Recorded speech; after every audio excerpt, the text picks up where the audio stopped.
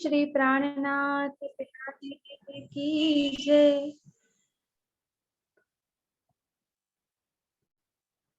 ज्यों जानो त्यों रखो पिया तुम्हारी मैं। ज्यों जानो त्यों रखो धनी तुम्हारी मैं। कहने को भी न कछु अब कहा कहूँ तुमसे। ज्यों जानो त्यों रखो धनी तुम्हारी मैं। ज्यों जानो त्यों रखो पिया तुम्हारी मैं।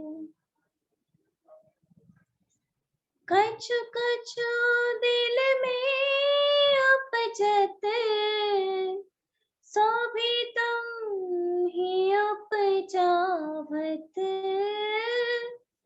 कछु कछु दिल में उपजत सो भी तुम ही उपजावत। दिल बाहिर भीतर अंतर सब तुम ही हक जानत।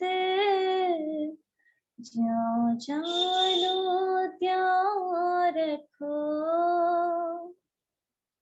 पिया तुम्हारी मैं। ज्यों जानो त्यों रखो धनी तुम्हारी मैं। जानो तो राज रखो जानो तो दलगी जानो तो राज रखो जानो तो दलगी। या पाक करो दीपना या बैठा माही तक सी। ज्यों जानो त्यों रखो धनी तुम्हारी मैं। ज्यों जानो त्यों रखो पिया तुम्हारी मैं। आप भी भीख बदल के आए अपना दिया इलम।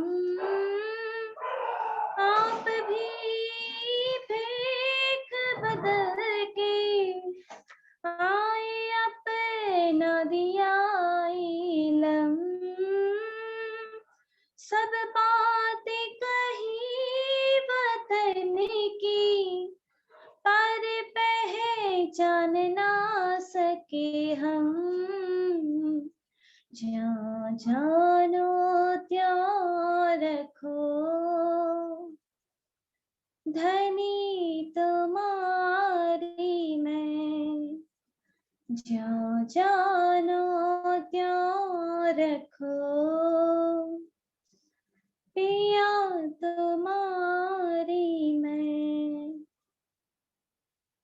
श्री महामत कही मैं हक की खोले मगज मुसाफ कला। श्री महामत कही मैं हक की खोले मगज मुसाफ कला। और हक कलाकन खोल सके जो मिले 14 तबक तमाम। जानो ત્યાં रखो, धनी तुम्हारी मैं। जो जानो त्यों रखो, पिया तुम्हारी मैं। ए कहने को भी न कछो, अब कहाँ कहूँ तुमसे। जो जानो त्यों रखो, पिया तुम्हारी मैं। जो जानो त्यों रखो, धनी तुम्हारी मैं। बोलिए श्री प्राणनाथ प्यारे की जय। प्रणाम जी। प्रणाम जी, धन्यवाद अपेक्षा, बहुत सुंदर आवाज है। सुंदर साथ जी शुरू करते हैं, समय हो गया है। प्रथम लागो दुई चरण को, धनिये न छुड़ाइयो खीन। लाक तली लालेड़िया, मेरे जीव के ही जीवन। इन पाओ तले पड़ी रहूं, धनी नजर खोलो बातून। पलना वालों निरखो नेत्रे, मेरे जीव के यही जीवन। मेरे जीव के यही जीवन। बोलिए श्री प्राणनाथ प्यारे की जय। बोलिए श्री सद्गुरु महाराज की जय। मार्फत सागर वाणी का 16 प्रकरण पूरा हो गया था। अभी 17वां प्रकरण पे चल रहे हैं, बाब असराफील का। असराफील फरिश्ते की पहचान इसमें कराई गई है कि वो अंतिम समय पे आएगा और क्या क्या काम करेगा। श्री महामती कहे, ए मोमिनो, देखो अपनी निस्बत असल तन अर्श में जो हक की गैब खिलवत। तो असराफील आखिर कुरान को गाया, ऐसा बड़ा काम तो किया जो आखिर को आया। सारी वाणी इंद्रावती के धाम हृदय में विराजमान होकर स्वयं राजी महाराज जी कहते हैं। क्या कह रहे हैं कि असराफील आखिर के समय पे आया है शिव प्राणनाथ जी के अंदर, और उसने आकर कुरान के सारे भेदों को खोल दिया है।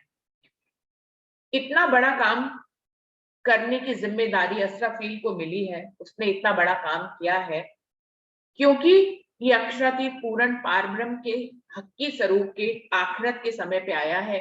इसलिए इतनी बड़ी जिम्मेदारी राजी महाराज ने उसको दी और उसने बखूबी उसको निभाया है। तो रसूल ने अव्वल ऐसा फरमाया, सो अपनी सरहद पर फरिश्ता आखिरी आया। बहुत ही सरल चौपैया है, मार्फत सागर में वैसे तो कठिन चौपैया है, लेकिन अभी असराफील के प्रकरण में बहुत सरल सरल है। हम लोग असराफील के बारे में पहले से ही जानते हैं कि रसूल साहब ने ऐसा पहले से ही फरमाया था कि फरिश्ता जो है हक्की स्वरूप के साथ आएगा जब आखिरुल ज़मा इमाम मेहदी आएंगे। तो वही फरिश्ता असराफील अपनी सर जो मोहम्मद साहब लगा गए थे उस शर्त पे कल के दिन, पर्दा रोज के दिन 12वीं सदी में वो आ गया। लिख्या फलाने सिपारे, ऐसी खुश न कबू आज आवाज, ए फरिश्ता कबू ना आया, ए जो आया आज। कुरान के 30वें सिपारे में लिखा है कि ऐसी सुंदर आवाज आज तक किसी की नहीं हुई। सुंदर कहने से मतलब है कि गाने में मधुर होना तो एक अलग बात है, सुंदर आवाज से यहाँ पे खुश न कबू आवाज से मतलब यहाँ पे कि ऐसी तारतम वाणी लेके आया जो आज दिन तक ब्रह्मांड में कभी भी नहीं आई थी। ऐसी वाणी उसने बोली है जो आज दिन तक कोई भी नहीं बोल पाया। ये तारतम वाणी जो असराफील फरिश्ता लेकर आया है, ये फरिश्ता कबू ना आया, ए जो आया आज। ये ऐसा फरिश्ता है जो आज दिन तक इस ब्रह्मांड में कभी भी नहीं आया, जो आज आया है तारतम वाणी को लेकर। जो कौल फरमाया अव्वल, सो सब आए के किया, सूर बजाए दिल साफ में सुकन सिर लिया। जो मोहम्मद साहब ने पहले से ही कह दिया था, इसके बारे में एक वायदा कर दिया था कि जब असराफील फरिश्ता आएगा तो सबके दिलों में मार्फत का सूर्य उग जाएगा और सबके दिलों से अंधकार नष्ट हो जाएगा। सूर बजाए दिल साफ से, वही असराफील फरिश्ते ने तारतम वाणी से सबके दिलों के संशय को मिटाकर उनके दिलों को साफ कर दिया है। और मोहम्मद साहब ने उसके लिए जो वादा किया था, उसने उन सुपनों को अपने सिर पर जिम्मेदारी के रूप में लेकर उसको पूरा किया है। मगज जो मुसाफ का जाहिर किया छिपाए, गाया को सवासों कौल सिर चढ़ाए। कुरान के छुपे हुए भेदों को इसने जाहिर कर दिया है। बड़ी ही सुंदर आवाज से उसने इन बातूनी भेदों को खोल कर जो कौल मोहम्मद साहब ने किया था उसको अपने सिर पर चढ़ाया है। लिखा चारों पैगंबर सरत अपनी आए, दिनों में से हुक्म ले आए हैं बजाय। मोहम्मद साहब ने पहले ये भी कहा था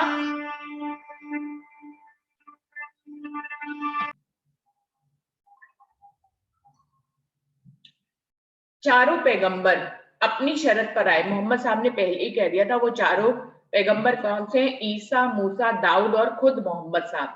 ये चारों पैगंबर के बारे में भी लिखा था कि ये अपनी अपनी जो भी वाणियां लाए हैं उनको ये अपनी नई वाणियों के साथ हक की स्वरूप के साथ आएंगे।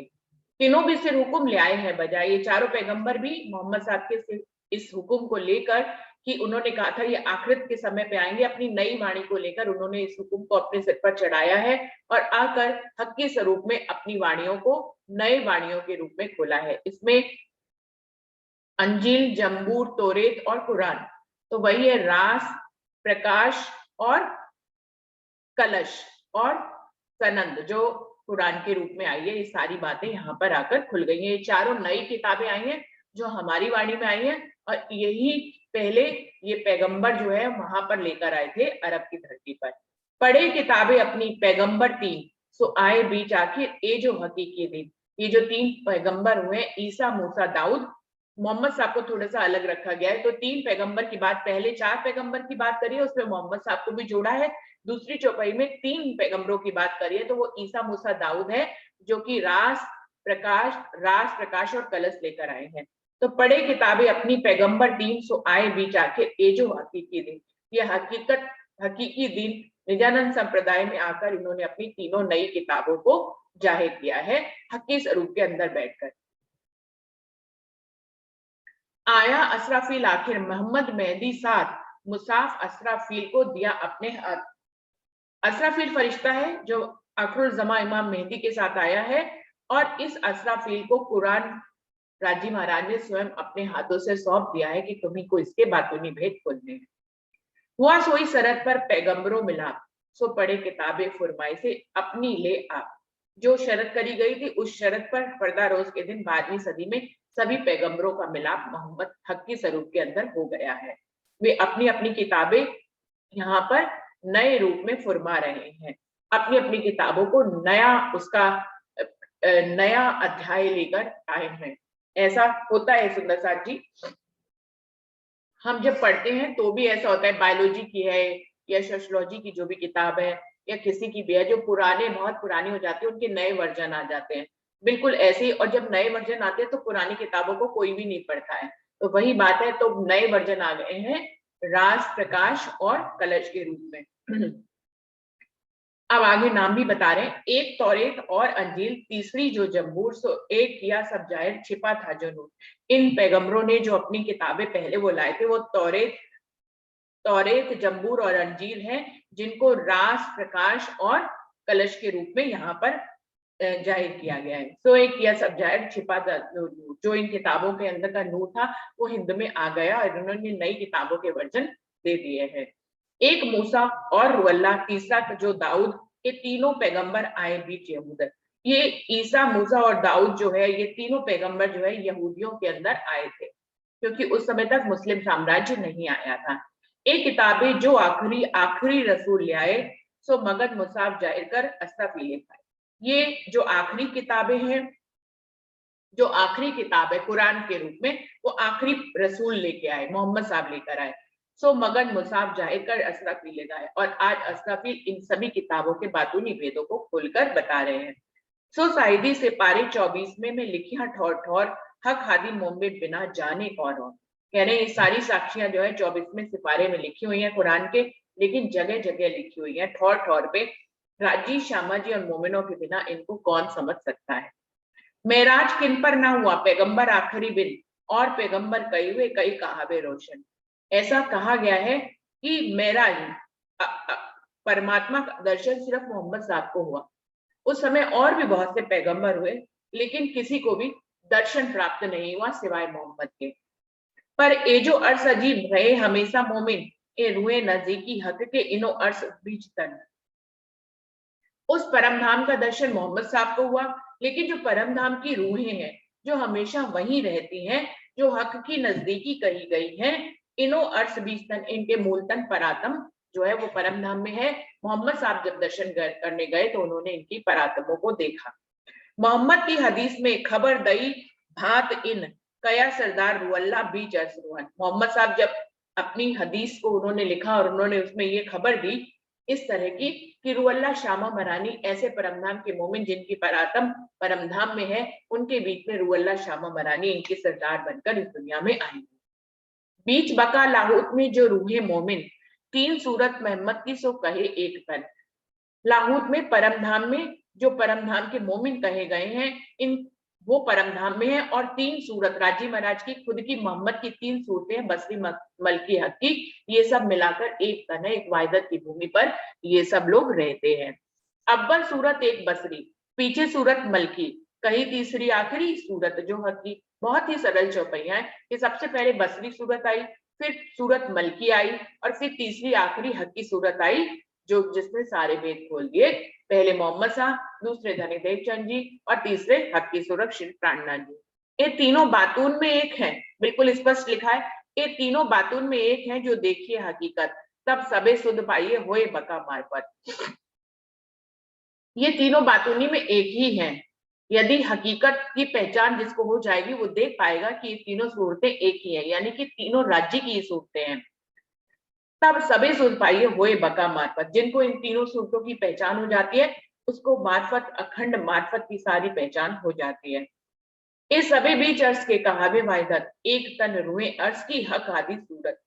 ये सभी तीनों सूरतें बसरी मलकी हक की, ये वाहिदत में ही रहते हैं। ये एक तन है। कौन कौन? ये तीनों सूरतें, राजी, श्यामा जी और रूहें, ये सब वाहिद में एक तन है। तीनों सूरतें एक ही की हैं, राजी श्यामा जी तो है ही वाहिदत में, और रूहें भी उस वाहिदत में है। तो कह रहे हैं ये सभी बीच अर्श के कहावे वाहिदत, एक तन रूहें अर्श की हक हादी सूरत, राजी और उनकी तीन सूरत, श्यामा मरानी और परमधाम के मोमिन। और ना कोई पहुंचा बड़े अर्श में आगे जाए जबराइल ना सत्या कहे पर मेरे जलत। ऐसे अखंड परमधाम में जहां वाहिदत की भूमि है वहां पर कोई भी नहीं पहुंच पाया। यहाँ तक वहां की वाणी को लाने वाला, कुरान को लाने वाला, जिसने सारे छुपे भेद के जबराइल फरिश्ता तक उस घर में नहीं जा पाया, और वो कहता था कि मेरे पर जल रहे हैं। और हुए कई फरिश्ते और कई पैगंबर, जिन किनो पाई बुजुर्गी ना जबराइल बिकर। वो कह रहे हैं जब जबराइल के बारे में कह दिया तो फिर किसी और देवी देवता फरिश्तों के बारे में कहने की जरूरत नहीं है। चाहे कितने ही फरिश्ते हुए हों, चाहे कितने पैगंबर हुए हों, सबकी बुजुर्गी जबराइल के आगे इस दुनिया में खत्म ही है। जबराइल की बुजुर्गी सबसे ज्यादा है। जब जबराइल ही उस मकान में नहीं पहुंच सका तो किसी और के बारे में आपको क्या बताना है। और सभी ताबे कहे जबराइल के, जिन देव या आदमी या बुजुर्ग फरिश्ते, क्योंकि जबराइल फरिश्ता सबसे बड़ा फरिश्ता है, जिसके नीचे, जिसके ताबे में, जिसके हुक्म में कौन रहते हैं? सारे देवी देवता रहते हैं, सारे आदमी, सारे जिन्न, सारे बुजुर्ग फरिश्ते जो है वो जबराइल के नीचे तले आते हैं, और जबराइल इन सबका शिरोमन है, सबसे ऊंचा है। खास उम्मत मोहम्मद की जो कही अर्श रब्बानी, दूजी गिरो फरिश्तिन की जो कही नूर मकानी। मोहम्मद की जो खास उम्मत है, जिनको अर्श की रब की उम्मत भी कहा गया है, जिनको परमधाम के मोमिन कहा जाता है, दूजी गिरो फरिश्तन की, और दूसरी गिरो जो ईश्वर सृष्टि को कहा गया है, जो कहीं नूर मकानी, जिनको अक्षर की सुरताएं कहा गया है, ये अक्षर की सुरताएं हैं। और बुजुर्ग फरिश्ता आखिरी कया जो असराफील किए जाहिर मगर मुसाफिर सब सुबह न आड़ी खेत। और जो बुजुर्ग फरिश्ता कहा गया है, जिसको आखिरी फरिश्ता कहा गया है, वो है असराफील, और किए जाहिर मगर मुसाफिर, इसने ही सारे कुरान के छुपे वेदों को जाहिर कर दिया है। सक सुबह न आड़ी खेत। अब दुनिया में जो भी असराफील की वाणी को पढ़ लेता है, जागृत बुद्धि के ज्ञान को पढ़ लेता है, उसके अंदर एक तिनके जितना भी संशय नहीं रह जाता है।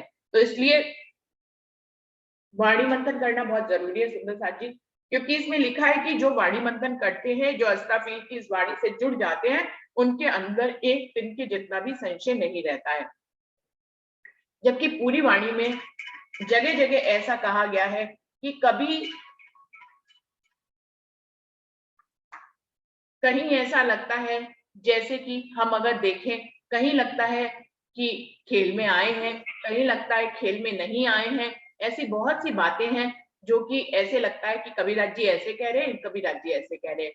लेकिन जो तारतम वाणी का मंथन करता है उसको राज्य की इन दोनों बातों का मतलब समझ में आता है कि किस ढंग से आए हुए कहे हैं, किस ढंग से नहीं आए हुए कहे हैं। तो ये सारी बातें सिर्फ मंथन से ही समझ में आती हैं। जो लिखा है कि उनके बीच में बिल्कुल भी शक शुबे नहीं होता है। असराफीले बीच अर्ज के सब हकीकत लई, सो ए मगन मुसाफिर गाय के जाहिर करी। असराफील जो फरिश्ता है वो परमधाम के अंदर तक गया और उसने परमधाम की सारी हकीकत को पहचाना है।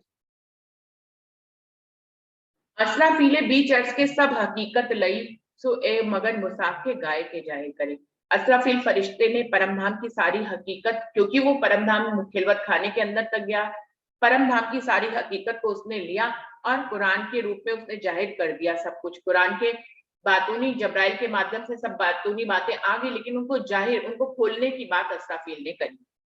ना तो जब्राइल मोहम्मद पर कलाम अल्लाह ले आया, पर मायना छिपा जो मगर सो असराफील गाया। वही बात आप दूसरी चौपाई में कह रहे हैं कि जब्राइल भी बहुत बड़ा फरिश्ता है। वो मोहम्मद के साथ आया और उसने कुरान के शब्दों को, रब के कलामों को कुरान के रूप में जब्राइल ने ही यहाँ पर लेके आया है, पर उसके छिपे मायनों को असराफील ने खोला है। क्योंकि जब्राइल इधर की हद पे रह गया, वो परमधाम के अंदर नहीं जा पाया। परमधाम के अंदर तो जा पाया, लेकिन वो मूल मिलावे के और यमुना जी के इधर अक्षर की हद तक रह गया, उसके पास नहीं जा पाए अंदर। इसलिए वो वहां की वाणी तो शब्दों में तो बोल गए जब्राइल, लेकिन उसके मायनों को खोलने का काम असराफील ने किया। देखो पैगंबर आखिरी रसूल कहलाया, सो असराफीले गाय के बातून सब बताया। आखिरी पैगंबर किसको कहा गया? रसूल साहब को कहा गया है। उनके द्वारा लाए गए कुरान के बातूनी बातों को असराफील ने खोल खोल कर सबको बताया। कया पैगंबर आखिरी, असराफील भी आखिरी, ए जुदे क्यों हो गई देखो सहूर कर। कह रहे हैं अब आप इस बात का सहूर करके देखिए कि आखिरी पैगंबर किसको कहा गया है। रसूल साहब को, मोहम्मद साहब को आखिरी पैगंबर कहा गया है और असराफील को भी आखिरी फरिश्ता कहा गया है। तो भला ये दोनों अलग अलग कैसे हो सकते हैं? देखो सहूर कर, ये दोनों कभी भी अलग, क्योंकि वो आखिरी मोहम्मद है, पैगंबर है, और ये आखिरी फरिश्ता है। दोनों अलग अलग नहीं हो सकते हैं। असराफील फिर वलिया और सजीव अलग अलग ना होने से क्या मतलब है? ये दोनों ही हकी स्वरूप के अंदर विराजमान होकर अब वो समय आ गया जबकि वो इन बातों को खोल रहे हैं। तो दोनों अलग अलग ना होने से मतलब ये है कि दोनों हकी स्वरूप के अंदर आकर विराजमान हो गए हैं। मोहम्मद साहब भी अपने कुरान को लेकर आ गए सनंदवाणी के रूप में, और असराफील तो कुरान के वेदों को खोल ही रहा है। असराफील फिर वर्या अर्सजीन के माए और जब्राइल जबरूत की हद छोड़ी ना है। बिल्कुल स्पष्ट से लिखा है इन दोनों फरिश्तों के वेदों के बारे में कि असराफील फिर वल्या अर्सजीन के माए। असराफील फरिश्ता पूरे परमधाम में घूमा, उसने पूरे परमधाम को देखा, और जब्राइल जबरूत की हद छोड़ी ना है, लेकिन जब्राइल फरिश्ते ने जबरूत यानी अक्षरधाम की हद को नहीं छोड़ा। एक नूर और नूर तजल्ला कहे ठौर दोए, ए नाही जुदे वायदत से है बका बीच सोए। परमधाम में दो जगह हैं, एक अक्षर का धाम है और एक अक्षरातीत का रंग महल है। कहे ठौर दो ठिकानों को कहा गया है। ये नाही जुदे वायदत से, इस बिल्कुल स्पष्ट। पहले सुंदर साथ जी, अभी से करीब 6-7 महीने पहले एक प्रश्न दूसरे ग्रुप से हमारे में आया था कि क्या अक्षर ब्रह्म और महालक्ष्मी वायदत में आते हैं? तो उसका भी हम लोगों ने मंथन किया था, लेकिन आज जैसे उस समय कभी कोई चौपाई नहीं मिल पाती, सबने कहा तो चौपाइयों के आधार पे ही था, इसका उत्तर दिया था कि हाँ वायदत में आते हैं, अक्षर ब्रह्म और महालक्ष्मी भी वायदत में आते हैं। तो इसकी एक चौपाई यहाँ पर बिल्कुल स्पष्ट लिखी है। ये माता सागर का आखिरी प्रकरण चल रहा है असराफील का, इसकी 31वीं चौपाई में है। एक नूर और नूर तजल्ला कहे ठौर दोए, ए नाही जुदे वाहिदत से। क्या लिखा है? ए नाही जुदे वाहिदत से है बका बीच सोए। यानी कि परमधाम में नूर और नूर तजल्ला, अक्षरधाम और रंग महल दो खास ठिकाने हैं जहां पर एक में अक्षर ब्रह्म रहते हैं और एक में अक्षरातीत का ठिकाना रहता है अपनी रूहों और सखियों के साथ, और एक में अक्षर ब्रह्म महालक्ष्मी के साथ रहते हैं।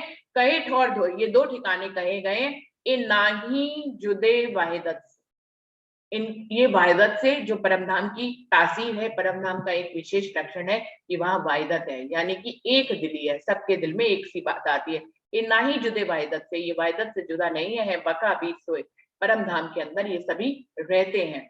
तो बाद में उसके बाद फिर ये मंथन में ये बात आई थी कि यदि ये वाहिदत में है तो अक्षर की बात को सख्या क्यों नहीं जानती थी और सखियों की बात को अक्षर ब्रह्म क्यों नहीं जानते थे। तो राज्य की वाहिदत में ये दोनों ही आते हैं, उनके साथ इश्क की वाहिदत है और उनके साथ सत्ता की वाहिदत है वाहिदत में ही। और राज्य में क्योंकि वाहिदत में ही थे, इसीलिए अब इन दोनों को अरस परस ये जो खेल बना है, इसी की दोनों की अरस परस लीलाओं को देखने के लिए बना है। राज्य की वाहिदत में ये दोनों ही आते हैं, इसलिए अब तो राज्य की वाहिदत में एक के साथ इश्क की और एक के साथ सत्ता की जो वाहिदत थी, अब तो दोनों ही अरस परस हो गए हैं, यानी कि इश्क की वाहिदत ने सत्ता की वाहिदत को जान लिया और सत्ता की वाहिदत ने इश्क की वाहिदत को जान लिया। ये खेल इसीलिए बना है, कारण इसका यही है। तो ये चौपाई, इसमें बिल्कुल स्पष्ट लिखा है, ए नाही जुदे वाहिदत से, नूर और नूर तजल्ला दोनों आपस में एक ही वाहिदत में है, इन वाहिदत से जुदा नहीं है, एक दिल है। एक जाहिर आम खास जो और अंदर खिलवत, ए सोई जाने हकर्स की जाए खुली मार्फत। तीन प्रकार की सृष्टियां भी हैं, जिसको आम, खास और खासल खास कहा गया है। और अंदर खिलवत, खिलवत के अंदर रहने वाली खासल खास रूहें हैं। इस सोई जाने हकर्स की जाए खुली मार्फत, परम धाम की बातों को सिर्फ खासल खास और ईश्वर सृष्टि जान पाती है, जिनको मार्फत के भेद खुल जाते हैं। जिनो खुले मगध मुसाफ के मायने हकीकत, सब सुबह तिनको नहीं जिनो हुई हक हिदायत। जिनको कुरान के छुपे भेद खुल गए हैं, जिनको हकीकत की पूर्ण पहचान हो गई है, उनके अंदर तिल भर भी संशय नहीं रह जाता है। जिन्हों हुई हक हिदायत, जिनके ऊपर राज्य की मेहर हिदायत हो जाती है, उनको कभी भी किसी भी प्रकार का संशय नहीं रहता है।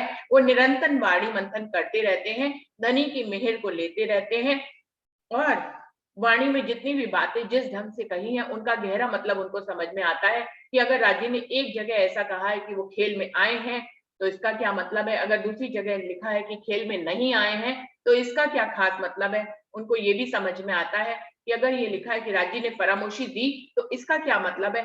दूसरी तरफ उन्होंने ये लिखा है कि परमधाम चेतन जमीन भूमि है, जहां पर फरामोशी हो ही नहीं सकती, तो इसका क्या मतलब है। ये वाणी मंथन से हमें सभी का अर्थ समझ में आता है। सक सुबह क्यों ए भाजे नहीं, हक इलम बिन, ना तो मिलो सब आदमी या देव फरिश्ते जिन। वो कह रहे हैं, दुनिया में राजी महाराज के इलम के बिना, इस तारतम ज्ञान वाणी के बिना किसी के अंदर से भी आज तक संशय नहीं मिटे हैं। सुंदर साथ जी, ये बात बिल्कुल सही है। यूट्यूब में इतने सारे चैनल है जो परमात्मा की बात करते हैं, मैं तो अक्सर सुना करती हूँ। ब्रह्मांड को बनने की बातें करते हैं, परमात्मा की बात करते हैं, ब्रह्मा विष्णु महेश, शून्य निराकार, अष्टावरण, सबकी बातें वो करते हैं, लेकिन फिर भी पूर्ण स्पष्टता उनमें नहीं है। ऐसे वो इतने विस्तार में चले जाते हैं, इतने विस्तार में, ये है वो है, मैं तो कई बार मुझे भी लगता है कि ये कैसे कैसे बता रहे हैं। इतना ज्यादा उसको घुमा देते हैं, इतना ज्यादा विस्तार बता देते हैं कि एक आम व्यक्ति की भाषा में समझ में नहीं आता है। तो कभी कभी मैं अपनी वीडियोस में उन बातों को स्पष्ट करती हूँ जो जिसमें है परमात्मा की पहचान, यही जो चैनल है उसमें जो अलग एक तरह की वीडियो, जिसमें एक आम सुंदर साथ को, जो जरूरी नहीं है जो वाणी पढ़ता हो, एक पब्लिक जो आम जनता है कैसे जाने उस परमात्मा के बारे में, तो सरल शब्दों में बताने की कोशिश करते हैं। हम लोग के पास सरल शब्द है क्योंकि हमने सरलता से ही समझा है, हमने कठिनाई से समझा ही नहीं है, तो सरलता से समझ में आता है। और वो लोग इतनी कठिनाई में ले जाते हैं कि एक आम व्यक्ति यदि उसको समझने के लिए ब्रह्मांड की उत्पत्ति कैसे हुई, क्या हुई, समझने बैठे तो उसको कई बार समझ में नहीं आएगा। तो कह रहे हैं, राजी महाराज के इलम के बिना आज दिन तक किसी के भी संशय खत्म ही नहीं हुए। ना तो मिलो सब आदमी या देव फरिश्ते दिन, चाहे कितने ही देवी देवता, जिन फरिश्ते, पैगंबर आकर मिल जाएं, लेकिन जिनके पास वाणी नहीं है, वो उनके अंदर के संशय मिटे हुए नहीं होते हैं। असराफील के अमल में सक सुबह नहीं कोई, कयामत फल पाया इतही मगर मुसाफी कोई। लेकिन जो असराफील के अमल में आ जाता है, उसके अंदर कोई भी संशय नहीं रहता, यानी कि जो तारतम वाणी के संपर्क में आता है, उसके अंदर कोई संशय नहीं रहता है, और वही जो है कयामत के फल को प्राप्त करता है। आखिर फल जो पा वही कहे सोई, आखिर फल जो पावई कही सोई कुरान, दिन होवे तिन मार्फत हक अर्स पहचान। मार्फत के दिन में जो आ जाता है उसको राजी महाराज और परमधाम की पहचान हो जाती है, उसको कुरान के छिपे भेदों की पहचान हो जाती है। जिसको सब पहचान हो जाती है, मार्फत के भेद खुल जाते हैं, तो वो अपने आप ही उसको कयामत का फल मिल जाता है। कयामत का फल मिलने से क्या तात्पर्य है सुंदर साथ जी, कि वो अपने जीव की कायमी कर लेता है। सुंदर साथ जी, हम सब के अंदर भी जीव तो है ही, हम सभी जानते हैं। हम वाणी के साथ जुड़े हुए हैं, हमारा जीव तो अखंड है ही है, हमने अपनी जीव की कायमी कर ली। ये कहना क्या कि कयामत का फल मिल गया है। अभी तक जितने भी जीव इस दुनिया में थे, इस वाणी के आने से पहले, वो सिर्फ खोज करते थे, लेकिन वो कभी भी अखंड नहीं हो पाते थे, उनको मुक्ति नहीं मिल पाती थी। मुक्ति के लिए ही वो इतनी कसनियां करते थे। तो अखंड मुक्ति, उनको मुक्ति जो मिलती भी थी, वो भी मैंने एक वीडियो में क्लियर किया है कि 4 प्रकार की मुक्तियां उन्हें मिलती थी, लेकिन उनका समय अवधि खत्म होने पर वो फिर से कर्म के लिए दुनिया में आ जाते थे। आज एक ऐसी मुक्ति मिली है इस तारतम वाणी से कि फिर उनको दुनिया में नहीं आना है, योग माया के ब्रह्मांड में चले जाना है। तो हम सब जानते हैं कि हमारा जीव तो वाणी के मंथन से और वाणी के संपर्क में, हम तो परमधाम की रूहें हैं ही, हमारे ऊपर पर तो परात्म की नजर इस जीव पर पड़ी है, तो हम तो परमधाम की रूह है, हम तो परमधाम जाएंगे। लेकिन इस जीव को जो नियामत मिली है कि हम जितना वाणी मंथन करते हैं, जीव उतना ही आत्म स्वरूप होता चला जाता है, वो विरय करता है, वो परमात्मा की पहचान करता है, और इसलिए उसको कयामत का फल मिल जाता है कि हम अपने जीव की कायमी करते चले जाते हैं। तो सुंदर साथ जी, ये जो परम धाम के और सुंदर साथ को वाणी की बातें सुनाना, उनको इनसे जोड़ना, ये सब हमारा कर्तव्य क्यों बताया गया है? क्योंकि परम धाम में जगह जगह लिखा है परम धाम के मोमिन ही इस दुनिया को अखंड करेंगे। तो फिर एक वादा जो परम धाम में किया था कि मैं भूलूं तो तू मुझे जगा देना, तू भूले तो मैं मुझे जगा, वो वादा तो है ही, उसके कारण तो वाणी से सबको जोड़ना ही है। दूसरा, इस दुनिया में जो राजी महाराज ने हमारा दावा लिया कि परम धाम के मोमिन सब जीवों को अखंड करेंगे, तो और सुंदर साथ को वाणी के साथ जोड़ना, वो भी और जीवों को अखंड करने जैसा ही है। यदि इस बुजुर्गी को हम देखें तो हम हर पल इस बुजुर्गी को, यदि कोई सेवा ऐसी कर रहे हैं तो कर रहे हैं, हम अपनी बुजुर्गी को खुद ही नहीं पहचान पाते। क्या मालूम आपसे कितने सुंदर साथ जग जाए, कितने जीव जग जाए, हमें पता ही नहीं। कई बार हम ऐसा सोचते हैं, दूसरे सुंदर साथ को नहीं भी समझा पाते कि वो वाणी को समझ नहीं पाएंगे, हम उनको कैसे भी समझाएंगे वो समझेंगे नहीं। तो ये नहीं सोचना होता है सुंदर साथ जी, हम सबको अपनी शुरुआत कर देनी चाहिए है, किसी भी लेवल पे। कोई हमारे करीब बैठा है, ट्रेन में बैठा है, कहीं बैठा है, कहीं हम किसी गिरोह में मिल रहे हैं, किसी फंक्शन में मिल रहे हैं, तो हम अपनी बात कह सकते हैं बिना ये सोचे हुए। अगर इस फिक्र में लगे रहेंगे कि अरे यहाँ इनको बताएंगे, इनको कुछ समझ में नहीं आएगा, यदि एकांत में भी बताएंगे तब भी क्या लगता है कि वाणी थोड़ी सी कठिन है, इनको समझ में नहीं आएगी, अगर हम ऐसा सोचते रहेंगे तो हम कभी अपनी सेवा शुरू नहीं कर सकते, कहीं पे भी किसी भी लेवल पे